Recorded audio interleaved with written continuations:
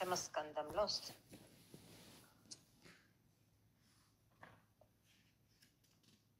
పంచమస్కందంలో వస్తుంది. స్వయంభూ మనువు యొక్క ఆడపిల్లల కథ చెప్పేసుకున్నాం మనము. స్వయంభూ మనువు యొక్క మగపిల్లల్లో ఉత్తానపాదుడు, ప్రియవ్రతుడు అని ఇద్దరు. ఉత్తానపాదుడి కథ చెప్పుకున్నాం. ఉత్తానపాదుడి కుమారుడు ధ్రువుడని, ఆ ధ్రువుడి గురించి చెప్పుకున్నాం. ఇప్పుడు ప్రియవ్రతుడు, అతని పేరే ప్రియవ్రతుడు. అంటే పరమాత్మనికి ఇష్టమైన వ్రతము, ప్రియమైన వ్రతము చేస్తూ ఉంటాడటండి.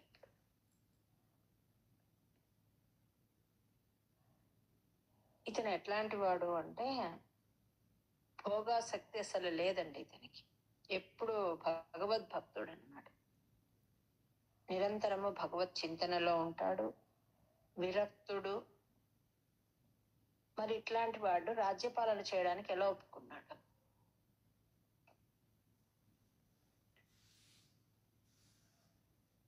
నా కనెక్షన్ ఎందుకు కట్ అవుతుందండి,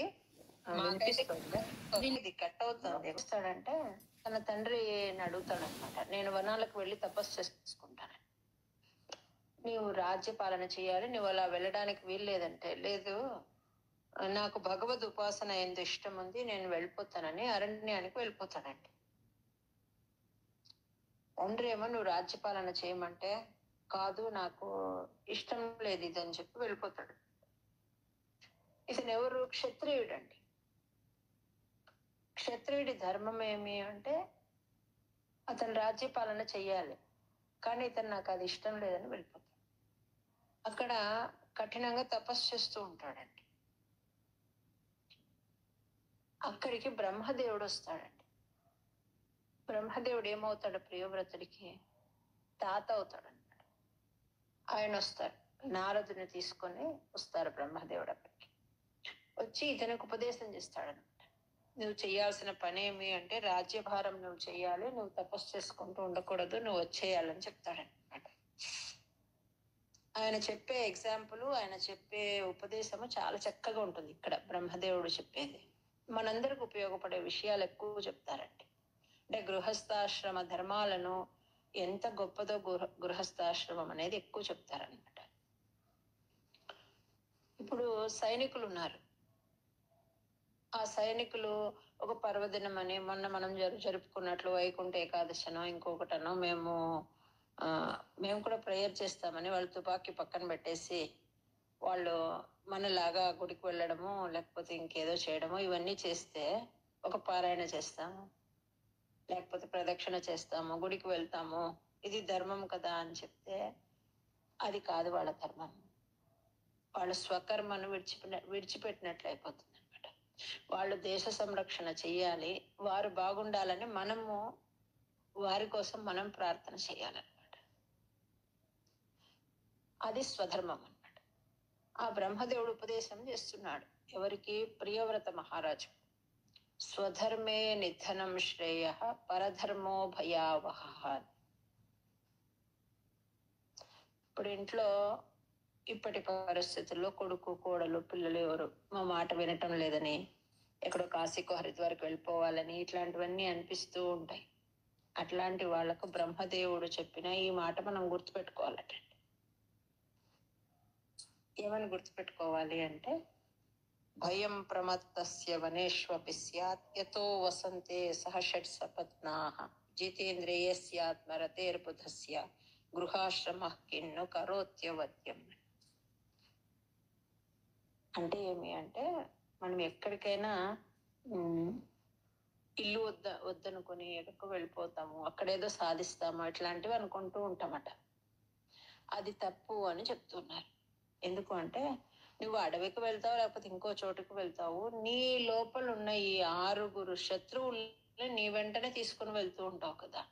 షట్ సపత్నాహ, ఈ 6 నీ లోపల ఉన్న వాళ్ళు నీతో పాటే వస్తారు. ఎవరు వాళ్ళు? కామ క్రోధ లోభ మోహ మద మాత్సర్యాలు. వీళ్ళు నీతో ఉన్నంత వరకు నువ్వు ఎక్కడికి వెళ్ళినా ఒకటే, నీకు ఇల్లైనా ఒకటే, అరణ్యమైనా ఒకటే. గృహాశ్రమ కిన్ను వద్యం అంటారు. అంటే గృహాశ్రమం ఏమి తప్పు చేసింది? నీ ధర్మం ఇది కాదు. నీ మనసు నువ్వు భగవంతుడి పైన పెట్టాలి అనేటప్పుడు నీ స్వధర్మము చేస్తే అది నీకు కరెక్ట్ అవుతుంది. కానీ నేను గృహాశ్రమం తీసుకుంటే భగవంతుడి పట్ల ధ్యానం చేయలేను, కాబట్టి నేను అరణ్యంలో కూర్చొని ముక్కు మూసుకొని తపస్సు చేస్తానంటే అది సరికాదని చెప్తాడండి. నువ్వు క్షత్రియుడివి, నువ్వు నీ తండ్రి చాలా గొప్పవాడు అనమాట. అతని ద్వారా నువ్వు రాజ్యపాలన స్వీకరించి చెయ్యాలి. అది నీ కర్తవ్యం. పరమాత్మ నీకు అప్పచెప్పిన పని అది నువ్వు చెయ్యాలి. అంతేకాని నువ్వు ఇక్కడ వచ్చి నేను భగవంతుని ఉపాసన చేస్తానని అరణ్యంలో వచ్చి కూర్చుంటే అది నీకు సెట్ కాదని చెప్తాడండి. అంటే గృహాశ్రమం యొక్క గొప్పతనాన్ని బ్రహ్మదేవుడు చాలా చక్కగా చెప్తున్నారు. ఏదైనా సమస్య ఉన్నా ఇంట్లో లేకపోతే ఇంకొక చోట మనం అక్కడి నుంచి వదిలిపెట్టి ఇంకెక్కడికో వెళ్ళిపోవాలనుకుంటాం కదా, అది కాదు. నీకున్న బాధ్యతని నిర్వర్తించు, అదే నువ్వు చేసే పూజ అని చెప్తున్నారు. రాజ్యపాలన అనేది భగవంతుని ఆదేశము, అది కూడా సాధనే. రాజ్యపాలన కూడా సాధనే. భగవత్ చింతన చేయడం మంచిదే, కానీ నీవు చేస్తున్న పని తప్పని చెప్తాడు. నీకు వైరాగ్యం ఉంది అంటే మంచిదే, నీ స్వధర్మం చేస్తూ వైరాగ్యాన్ని అలాగే నువ్వు ఇంకా కంటిన్యూ చేయని చెప్తాడనమాట. ఇప్పుడు నా మాట ఏమి అని బ్రహ్మదేవుడు చెప్తున్నాడు. ఇప్పుడు నేను పరమ వైరాగ్య శిఖామణినే. నేను ఇప్పుడు ఈ 14 లోకాల కార్యాలు చెప్పబెడుతూ ఉన్నాను. అనంత జీవరాశులను సృష్టి చేయాల్సిన పని ఉంది. మరి ఇవన్నీ చేస్తూ నేను సాధన చేస్తున్నానా లేదా? నీవు అలాగా చెయ్యాలని చెప్తారు. చాలా చక్కగా ఉంటుంది బ్రహ్మదేవుడు చెప్పేది. అంటే మనకు కూడా అర్థమయ్యే రకంగా ఉంటుంది. ఇంకా ఒక ఎగ్జాంపుల్ చెప్తారు. ఏమని అంటే, పశువులను మనుషులు ఏం చేస్తారంటే తాళ్లతో బంధించి, అంటే ముక్కు తాడు బిగించి తమ వశంలో ఉంచుకుంటారు. అట్లాగే పరమాత్మ ఏం చేస్తాడు అంటే ఈ సకల జీవరాశులను తమ వశంలో ఉంచుకున్నాడు. అతని భయముతోనే ఈ జగత్తంతా నడుస్తుంది. దేవతలందరూ కూడా వాళ్ళ కర్తవ్యాలు చేస్తున్నారు. వేదాలనే ముక్కుతాడుతో మనుషులను బంధించి ఉన్నాడు పరమాత్మ. అట్టి భగవంతుని ఆధీనంలో ఉండి మేము మా పనులు చేస్తున్నాం. కాబట్టి నీవు కూడా నీ కర్తవ్య పాలన చెయ్యాలి. అరణ్యంలో ఉంటే సాధన వీలవుతుంది, పట్టణంలో ఉంటే సాధన జరగదు అనే నీ ఆలోచన తప్పు అని చెప్పాలని బ్రహ్మదేవుడు ఉద్దేశం. కర్మలు చేసేది మర్చిపోయిన వానికి అడవిలో కూడా భయమే కలుగుతుంది. ఎందుకు అంటే అతని వెన్నంటే ఉంటాయి ఈ కామ క్రోధాది 6 శత్రువులు. కాబట్టి ఏ మనుష్యునికి వాడి మనసు నిగ్రహం లేదో వాడికి అడవికి వెళ్ళినా వాడి కామ క్రోధాలు వాని వెంటనే ఉంటాయి. అట్లాంటి వానికి ఎక్కడున్నా సాధన కాదు. కాబట్టి నీకు ఇంద్రియ నిగ్రహం ఉంది, నీకు రాజ్యపాలనతో కూడా నీవు సాధన చేయవచ్చు అని చెప్తే బ్రహ్మ మాటలకు ఆయన నమస్కరించి తన సాధనను విరమించి వచ్చి రాజ్యపాలన చేస్తాడు. ఎంత చక్కగా చేస్తాడంటే మనము ఇంతకు మునుపు పృథు మహారాజు గురించి చెప్పుకున్నాం కదా, అట్లాగే ప్రియవ్రతుడు కూడా గొప్ప రాజు అంటే. మనసు ఉంటే మార్గం ఉంటుంది భగవద్ ఉపాసనకు అని తెలియజెప్పే విషయాలు ఎన్నో ఈ ప్రియవ్రతుడి కథలో వస్తాయి. విశ్వకర్మ కూతురు ఉంటుంది, బర్హిష్మతి అని ఆమె పేరు. ఆమెను పెళ్లి చేసుకుంటాడు. ఇదంతా కూడా బ్రహ్మదేవుడు ఆజ్ఞ ప్రకారమే జరుగుతుంది.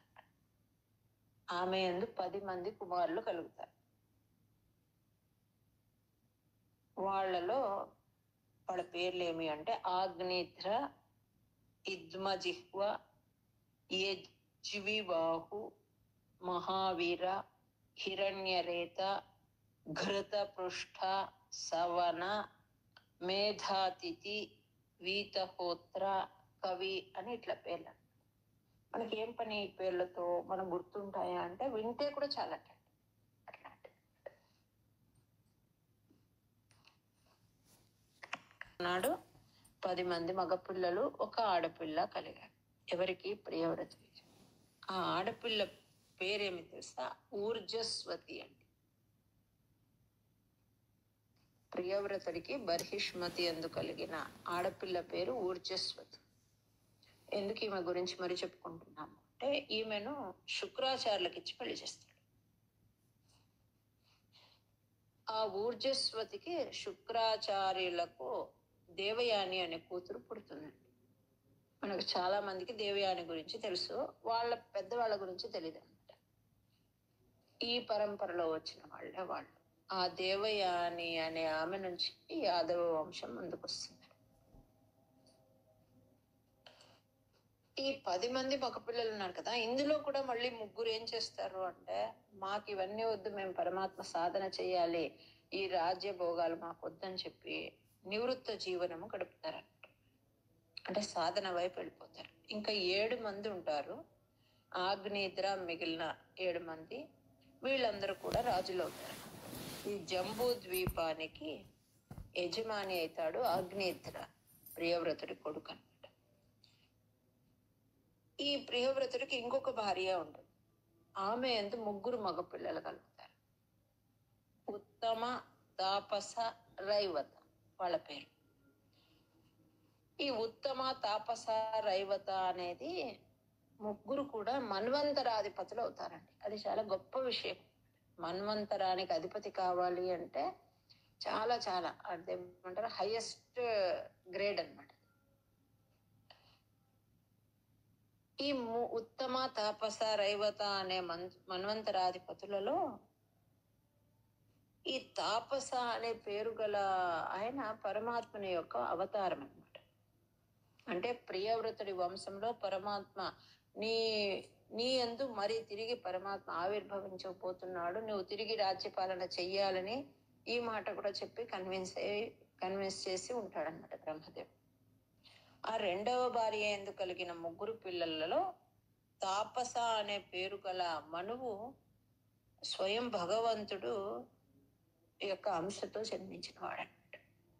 మనం గజేంద్ర మోక్షణంలో వచ్చి గజేంద్రుని రక్షిస్తాడు కదా, అప్పటి ఆ తాపస మన్వంతరంలోని కథ అనమాట గజేంద్ర మోక్షం కథ. ఆ గజేంద్రుని అనుగ్రహించిన పరమాత్ముని రూపమే ఈ తాపస అనే మన్వంతరాధిపతి యొక్క కథ అనమాట. ఇట్లా నడుస్తుంది. ఇలా చాలా చాలా కాలం ఇదే రాజ్యపాలన చేశాడు. ఆ రాజ్యపాలన కూడా ఎట్లా చేసినాడు అంటే చాలా అద్భుతంగా చేసినాడండి. చేస్తూ తన పట్టణంలో ఎక్కడ చీకటి ఉండకూడదు అనుకున్నాడు. అంటే ఎట్లా అనుకున్నాడు చీకటి ఉండకూడదు అంటే, సగము కాలం పగలుంటుంది, సగం కాలం చీకటి ఉంటుంది. ఇది సరిపోదనిపించిందట ప్రియవ్రతుడికి. అంటే యజ్ఞయాగాదులకు, మంచి విష్ణు కథ శ్రవణాలకు కాలం సరిపోవడం లేదు. ఎందుకంటే రాత్రి సమయం ఎక్కువ ఉంది. మనిషికి ఎంతసేపు విశ్రాంతి అవసరమో అంతసేపే చీకటి ఉంటే సరిపోతుంది కదా, ఇంకా పూర్తి కాలం తన సాధనకు ఉపయోగించవచ్చు కదా అని అనిపించి ఆ చీకటి ఉండడం ఆయనకు నచ్చలేదట. ఎట్లాంటి గొప్ప తపస్వి చూడండి ఆయన. ఇతని రాజర్షి అని కూడా అంటారనమాట. ఎంతకాలం ఈయన రాజ్యపాలన చేసినాడంటే 11 కోట్ల సంవత్సరాల పాటు భూమండలాన్ని పాలించినాడు ప్రియవ్రతుడు.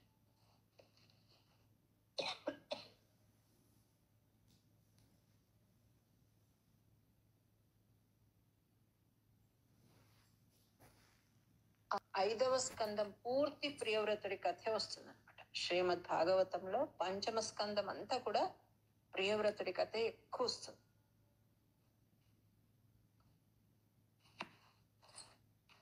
ఆ చీకటి ఉండడం ఆయనకు నచ్చకపోతే ఆయన ఏం చేస్తున్నాడు అంటే, తన యోగ సామర్థ్యంతో ఒక రథంలో కూర్చొని సూర్యుడు ఎప్పుడైతే అస్తమిస్తాడో ఆ సమయంలో ఈయన రథం పైన తిరిగేవాడు. సూర్యుడు అస్తమించినప్పుడు చీకటి ఉంటుంది కదా, ఆ చీకటి సమయంలో ఇతను రథం మీద బయలుదేరి వెళ్తూ ఉంటే ఇతని తేజస్సు వల్ల ఆ ప్రాంతం అంతా వెలుగు ప్రసరిస్తూ ఉండేదట. అంటే భూమండలానికే మహారాజు అయిన అతడు భూప్రదక్షిణం ఈ రకంగా చేసినాడు అని చెప్తుంది భాగవతం. అంతకు మునుపు 7 ద్వీపాలు, 7 సముద్రాలు అవన్నీ ఉండినాయి, కానీ అవి కొంచెం మరుగున పడి ఉన్నాయట. ఇతను ఎప్పుడైతే తన రథం పైన ఇవన్నీ తిరగడం మొదలు పెట్టాడో, ఆ రథము నడిచిన మార్గం వల్ల ఆ సముద్రాలన్నీ బాగా విస్తారమయ్యి మళ్ళీ తిరిగి వెలుగులోకి వచ్చినాయి. మరి ఎట్లా వచ్చింది ఇతనికి అంత శక్తి? భూమండలానికి ప్రదక్షిణ చేసే అంత శక్తి ఎలా వచ్చింది అంటే, వీళ్ళంతా ఎట్లాంటి వాళ్ళు అంటే పరమాత్మని అంత సేవించిన భక్తులండి. పరమాత్మని భక్తులకు ఇంద్రియ నిగ్రహం ఉంది, ఇంకా వాళ్ళకి ఏదే అసాధ్యం అనేది కాదు. పరమాత్మని నామస్మరణతో వాళ్లకు అట్లాంటి యోగ శక్తి బాగా వచ్చేదట. 11 కోట్ల సంవత్సరాల పాటు ఈ రకంగా భూమండలాన్ని పాలించినాడు. ఇంకా బాగా అంత చేసినా కూడా ఇంకా ఆరోగ్యంగా ఉన్నాడు, ఇంద్రియాలు స్వాధీనంలో ఉన్నాయి. ఇంకా నేను తపస్సుకు వెళ్ళిపోవాలని తన పిల్లలకు రాజ్యాన్ని అప్పగించి వెళ్ళిపోయాడు. మరి అట్లా వెళ్ళాలనుకున్నప్పుడు ఎట్లా అప్పగించినాడు? ఇంత అఖండమైన భూమండలాన్ని 7 పిల్లలకి ఇవ్వాలి. ఎలా ఇవ్వాలి అంటే,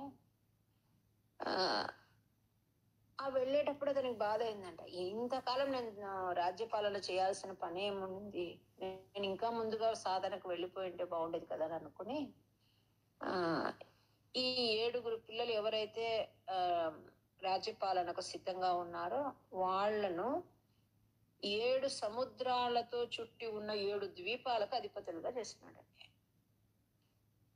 ఈయన తిరిగి తిరిగి తన రథంతో అంత బాగా వెలుతురొచ్చేటట్టు చేశాడు. ప్రజలందరూ కూడా సాధనా పరులు, తర్వాత వాళ్ళలో కూడా ఇట్లాంటి దైవిక చింతన కలిగేటట్టు చేశాడు అని చెప్పుకున్నాం. ఇవన్నీ ద్వీపాలన్నీ బాగా ప్రకటితమైనాయి, సముద్రాలు బాగా విశాలమైపోయినాయి, విస్తారమైపోయినాయి. ఇట్లా చేసి ఈ రాజ్యాన్ని 7 ద్వీపాలుగా విభజించి 7 మందికి 7 ద్వీపాలను అప్పచెప్పారు. ఆ ద్వీపాల పేర్లు ఏమి అంటే జంబూ ద్వీపం అంటారు, ప్లక్ష ద్వీపం అంటారు, షాల్మలి ద్వీపం అంటారు, కుష ద్వీపం అంటారు, క్రౌంచ ద్వీపం అంటారు. ఈ ద్వీపాల దగ్గర సముద్రాలు ఉన్నాయట. జంబూ ద్వీపం దగ్గర లవణ సముద్రం ఉందట. ప్లక్ష ద్వీపం దగ్గర ఇక్షణస అంటారు, అంటే చెరుకు రసం అన్నమాట. ఇక్షణస అంటారు. ఆ ప్లక్ష ద్వీపం దగ్గర ఇక్షణస సముద్రం ఉందట. షాల్మలి మధ్య సముద్రం ఉందట.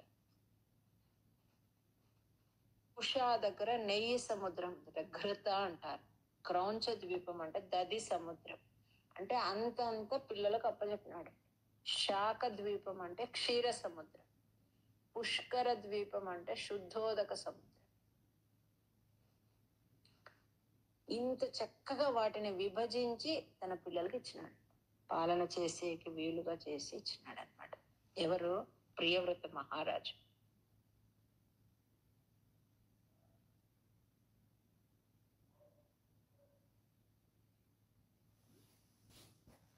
ఏవైతే 7 ద్వీపాలు ఉన్నాయో అవి 7 ద్వీపాలు, 7 సముద్రాలు ఈయన రథ చక్రముల వల్ల పెద్ద పెద్దవైనాయండి. ఆ ద్వీపాలు జంబూ, ప్లక్ష, శాల్మలి, కుష, క్రౌంచ, శాక, పుష్కర అనే 7 ద్వీపాలు. ఒక్కొక్క ద్వీపం పైన ఒక్కొక్క సముద్రం అట. అంటే లవణ సముద్రము, ఇక్ష సముద్రము, మధ్య సముద్రము. మధ్య అంటే అదొక రసం అన్నమాట. ఘృత సముద్రము, దది సముద్రము, క్షీర సముద్రము, మంచినీటి సముద్రం, ఇట్లా 7 సముద్రాలు. ఈ 7 ద్వీపాలకు తన 7 మంది పుత్రులను రాజులుగా చేసినాడు. కూతురునేమో శుక్రాచార్యులకు ఇచ్చి పెళ్లి చేసినాడు. ఇట్లా అంత సెటిల్ చేసి తను సన్యాసి అయి వెళ్ళిపోయినాడు. అతని కొడుకు పేరు ఆగ్నేయుడు, పెద్ద కొడుకు. ఇతను కూడా జంబూ ద్వీపానికి ప్రజారంజకంగా పాలన చేసినాడు. ఇతను సంతానం కోసం ఎవరు? ఆగ్నేయుడు బ్రహ్మదేవుని గురించి తపస్సు చేసినాడు.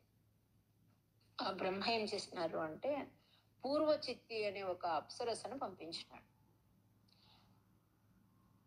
ఇతను తపస్సు చేస్తున్న ఆగ్నేయుడు పూర్వచిత్తి యందు అనురక్తుడై ఆమెతో సంతోషంగా ఉంటూ 9 మంది బిడ్డలను కన్నాడండి. ఆమెను వివాహం చేసుకుని నాభి, కింపురుష, హరివర్ష, ఇలావర్త, రమ్యక, హిరణ్మయ, కురు, భద్రాశ్వ, కేతుమాల అనే 9 మంది బిడ్డలను పొందినాడు ఆగ్నేయుద్రుడు. ఆమె ఏం చేసింది? పిల్లలను కని వెళ్ళిపోయేసింది. రాజు ఆమెనే చింతిస్తూ యాగం చేస్తూ ఆఖరికి తన పిల్లలకి రాజ్యభారాన్ని అప్పగించి వెళ్ళిపోయినాడు. ఎవరు? ఆగ్నేయుద్రుడు. ఈ ఆగ్నేయుద్రుడి పిల్లలలో పెద్దవాడు నాభి అని. ఆ నాభి అనే అతను రాజైనాడు. ఇక్కడ మనం ఎక్కువ గుర్తుపెట్టుకోవాల్సింది కొంతమంది ముఖ్యమైన రాజుల చరిత్ర. అందులో ప్రియవ్రతుడు ముఖ్యమైన వాడు. ప్రియవ్రతుడు పెద్ద కొడుకు ఆగ్నేయుద్రుడు, ఆగ్నేయుద్రుడి కొడుకు నాభి అండి. ఇతను మేరుదేవి అనే ఆమెను పెళ్లి చేసుకున్నాడు. వీరికి సంతానం కలగలేదు. మళ్ళీ పుత్రుడి కోసం యజ్ఞం చేస్తున్నారండి. యజ్ఞం చేస్తే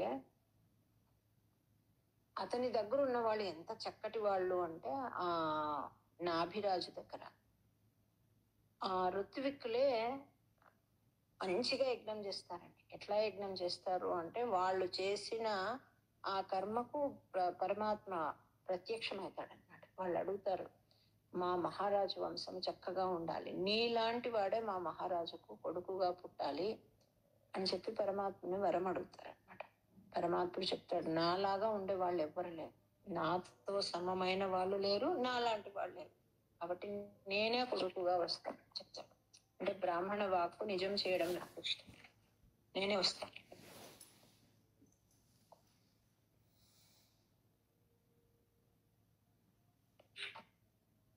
ఇందులో ఆ మేరుదేవికి నాభిరాజుకు పరమాత్మనే ఋషభుడు అనే కొడుకుగా వస్తాడు.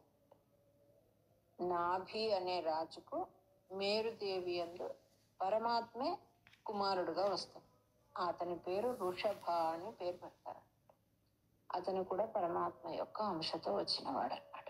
ఋషభ దేవుడు అంటారు. అంటే రామచంద్రుడు ఎట్లాగా చేశాడో అట్లా వీళ్ళందరూ కూడా మంచిగా రాజ్యపాలన చేసిన వారు.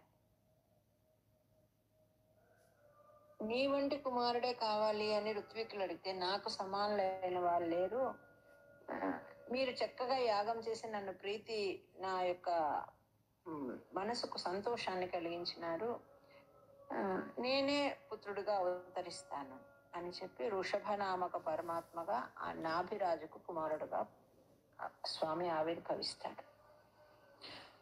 కొంతకాలం తర్వాత నాభి ఋషభుడికి రాజ్యాన్ని అప్పగిస్తాడు. ఈయన ఎట్లా ఉండేవాడు అంటే ఎప్పుడు అంతర్ముఖుడే ఉండేవాడట ఋషభుడు. సరిగా యజ్ఞయాగాది క్రతువులు చెయ్యలేదు అనే ఒక చిన్న కినుకతో వర్షాలు పడలేదట. ఈ ఋషభుడు ఏం చేస్తున్నాడు? రాజ్యపాలన చేస్తున్నాడు, కానీ ఎక్కువ భాగము ధ్యానంలో అట్లా ఉండేవాడట. వర్షం పడకపోయేటప్పటికి ఈ ఋషభుడు ఏం చేస్తున్నాడంటే తన మహిమతోనే వర్షం పడేటట్టు చేశాడట. అంటే యోగ సామర్థ్యం. అతను ఏం చేస్తున్నాడు ఋషభుడు అంటే జయంతి అనే ఆమెను పెళ్లి చేసుకున్నాడు. ఆమె యందు 100 మంది పిల్లలు కలిగినారండి. ఆ 100 మందిలో 81 మంది విరక్తి మార్గం, విరక్తులయ్యి పరమాత్మని ఉపాసన చేసుకోవడానికి వెళ్ళిపోయారు. 100 మంది కొడుకులు ఉంటే 100 మందిలో 81 మంది భగవద్ ఉపాసన చేయడానికి వెళ్ళిపోయినారు. ఇంత అఖండ భూమండల సామ్రాజ్యపత్యం ఇస్తామంటే వద్దని అప్పుడు రాజులు ఎలా ఉండేవారో చూడండి. వాళ్ళకి ఎట్లాంటి రాజ్యం పైన ఏది ఉత్సుకత లేదనమాట. తపో మార్గాన్ని అవలంబించినారు. ఆ 100 మందిలో పెద్దవాడు భరతుడండి. అతడు తండ్రి ఆజ్ఞ మేరకు ఉత్తరాధికారి అయినాడు. అతని పేరు మీదనే మన దేశానికి భారతవర్షం అని పేరు. భరతవర్షము లేక భారతవర్షం అని ఎవరి పేరు మీద అంటే ఈ భరత చక్రవర్తి పేరు మీద. మనకు 3 భరతులు కనిపిస్తారండి. రాముడు శ్రీరామచంద్రుని తమ్ముడు భరతుడు, దుష్యంతుడి కుమారుడు భరతుడు, ఋషభనామక పరమాత్ముని యొక్క కుమారుడు భరతుడు. 3 రకాలుగా ఈ భరతుని ఇది వస్తుందన్నమాట. కానీ మన దానికి భరత అని పేరు రావడానికి కారణం ఈ భరత చక్రవర్తి పేరు మీద. ఈ వృషభుడి పేరు మీద అంతవరకు ఎట్లా ఉండింది అంటే అజనాభం అనే పేరు ఉండింది. భారతదేశము అనే పేరు ఉండేది కాదు, అజనాభము అని ఉండేది, లేక అంజనాభము అని ఉండేది. ఏమట్లంటే అంజనాభము అంటే నీలవర్ణము అనట. అంటే వృషభుడు నీలమేఘ శ్యామవర్ణుడై ఉన్నట. అతడికి ఇంకొక పేరు అంజనాభుడు అటండి. అతడి పేరు మీద అంజనాభ వర్షం అని ఉండేదట అతని పీరియడ్ అంతా. ఆ తర్వాత ఈ భరతుడు ఎప్పుడైతే రాజ్యానికి వచ్చినాడో భరతుడి పేరు మీద భరత వర్షమైంది. అంటే అంత గొప్ప రాజు అన్నమాట.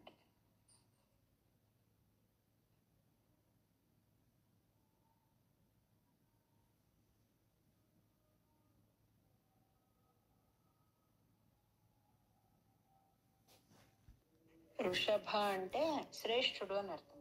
పురుషర్షభ అంటారే అట్లాంటి వాడు అన్నమాట. చాలా లీలలు చేశాడు. ఈయన చెప్పిన ఉపదేశం తన పిల్లలందరినీ కూర్చోబెట్టుకుని చేసిన ఉపదేశాన్ని వృషభ గీత అంటారు. పెద్దవాడు భరతుడు, ఆ భరతుడికి రాజ్యాన్ని ఇస్తాడు. ఒకసారి మనం చెప్పుకున్నాం, ఏం చెప్పుకున్నామంటే తాతతో వృషభ హోయ అని. అంటే తండ్రి అంటే వృషభుడి లాగా ఉండాలి. ఎందుకు ఆ మాట వచ్చిందంటే 100 మంది పిల్లలుంటే 100 మంది కూడా మోక్షాన్ని పొందినారండి. 100 మంది సంతానం అయితే 100 మంది కూడా మోక్షానికి అర్హత సంపాదించినట్లాంటి పిల్లలు. అంటే అట్లాంటిగా పిల్లల్ని తయారు చేసిన గొప్ప తండ్రి ఎవరు అంటే వృషభుడు. అందులో భరతుడు ఒక్కడు 3 జన్మల తర్వాత మోక్షాన్ని పొందినాడు. మిగిలిన 99 మంది పిల్లలు కూడా వెంటనే అదే జన్మలోనే వాళ్ళ సాధన కంప్లీట్ అయింది అనమాట. భరతుడి విషయము మనకు నారాయణీయంలో ఎక్కువ రాదు, కానీ భాగవతంలో చాలా ఎక్కువగా వస్తుంది. ఈ రోజు కొంచెం కట్ అవుతూ ఉంది, ఇంకొకసారి ఎప్పుడైనా భరతుడి గురించి డీటెయిల్డ్ గా చెప్పుకుందాం. ఇక్కడ మనము 2 విషయాలు గుర్తుపెట్టుకోవాలండి. ఎట్లా అంటే దేవుడు స్వయంగా మాట్లాడాడు, బ్రాహ్మణుల ద్వారా మాట్లాడిస్తాడు. ఇది ఎక్కడ తెలుస్తుంది అంటే ఎలా పుట్టాడు నాభికి మేరుదేవికి అంటే వాళ్ళు చేసిన బ్రాహ్మణులు చేసిన ఆ యజ్ఞయాగాది క్రతువుల వల్ల ప్రీతి చెంది పరమాత్మ మీ కోరిక మేరకు నేను జన్మిస్తానని చెప్తాడు. నాకు సదృశుడైన వాడు లేడు అని చెప్పాడని చెప్పుకున్నాను. ఇది భగవద్గీతలో ఒక చోట వస్తుంది చూడండి, నా తత్వ సమోస్త్యభ్యధిక కుతోన్య అని. అంటే విశ్వరూపాన్ని చూసి, కృష్ణ పరమాత్మ యొక్క విశ్వరూపాన్ని చూసి అర్జునుడు చెప్పిన మాట అన్నమాట అది. అంటే నీకు సమమైంది ఏదీ లేదు, నీకన్నా అధికమైంది ఇంకా శ్రేష్టమైంది లేనే లేదని చెప్తాడండి. అంత చక్కగా అతను చెప్పిన మాటని ఇది ఎక్కడ అన్వయించుకోవాలి మనము అంటే పరమాత్ముడు ప్రత్యక్షమై ఈ పురోహితులు ఎవరైతే యజ్ఞయాగాది క్రతువులు చేస్తున్నారో వృషభనామక పరమాత్మ జననానికి ముందు, అప్పుడు భగవంతుడు చెప్పిన మాటకు అక్కడ అన్వయించుకోవచ్చండి. శైలశ్రీ గారు ఒకసారి ఆ శ్లోకం చెప్పండి. చేయండి.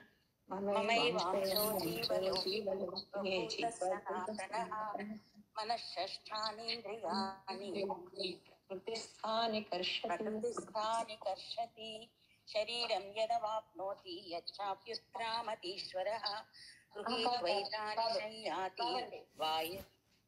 మీకు మీరు ఆలోచించినారంటే ఎట్లాగా భగవద్గీత అంటే చెప్పాడు, భాగవతం అంటే చేసి చూపించినారు అనే దాన్ని మనం చక్కగా అన్వయించుకోవచ్చండి. అక్కడ ఏదైతే అర్జునుడు నీలాంటి వారు లేరు, నీకు ఈక్వల్స్ లేరు, ఇంకా నీ పైన అధికులు లేరు అని చెప్పాడండి. ఇక్కడ ఆయన కనిపించి చెప్తూ ఉన్నారు, వాళ్ళ ప్రత్యక్షమయ్యి మీరు చేసిన ఈ క్రతువు వల్ల నేను చాలా ప్రీతి చెందినాను, నాలాంటి కొడుకు మీ రాజుకు కావాలని మీరు కోరుకుంటున్నారు. రాజు కాదండి కోరుకున్నది, పృథ్వీకులు కోరుకున్నారు. అంటే ఎట్లా ఉండింది ఆ కాలం అనేది చూడండి. భగవంతుడు ప్రత్యక్షమైతే మాకేదో ఇంకా గొప్ప సంపదలు ఇమ్మనో, మాకు ఇంకేదో మంచి చేయమనో అది కాదండి వాళ్ళు అడిగింది, మా రాజుకు నీలాంటి కొడుకు కావాలి అని అడిగారు. అంటే ఎంత గొప్పదనం ఉంది ఆ సంస్కారం చూడండి. వారు చెప్తారు, మీ మాటను అబద్ధం చేయను నేను, మీ మాట అంటే నాకు చాలా ఇష్టం, బ్రాహ్మణుల మాట విప్రవాక్యో జనార్దన అంటారు. వారి మాట భగవంతుడి మాటగా మనం స్వీకరించాలట. కాబట్టి నాకు సముడు ఎవ్వరు లేరు, కానీ మీ మాట నిజం చేయడానికి నేనే వస్తాను అని చెప్పి ఆవిర్భవిస్తాడట. అది ఇక్కడ గుర్తుపెట్టుకోవాల్సింది. ఈరోజు ఆ శ్లోకాన్ని కొంచెము ఇంకా ఎక్కడెక్కడ మనం అన్వయించుకోవచ్చు, ఎవరైనా అకాడమిక్ ఇంట్రెస్ట్ ఉన్న వాళ్ళు కొంచెం ట్రై చేయండి. ఈ రకంగా వృషభ నామక పరమాత్ముని జననం అవుతుంది. ఆయన పిల్లలు 100 మంది, ఆ 100 మందిలో 81 మంది నివృత్తి మార్గానికి వెళ్ళిపోతారు. మధ్యలో తన పిల్లలందరినీ కూర్చోబెట్టుకుని ఆయన చెప్పిన ఉపదేశమే వృషభ గీత అంటారండి. ఆ వృషభ గీత కూడా చాలా అద్భుతంగా ఉంటుంది. అంటే ఎట్లా ఉండాలి, ఎట్లా జీవించాలి, ఎక్కడ పోయినా పరమాత్మ ఉపాసన గురించి ఎక్కువ చెప్తారు. పరమాత్మని ఉపాసన ఎలా చేయాలని చెప్పేదే. ఈరోజు ఏమో నాకు కొంచెం కనెక్షన్ ఎక్కువ వెళ్తుంది, సరిగా కనెక్టివిటీ దొరకట్లేదు ఫోన్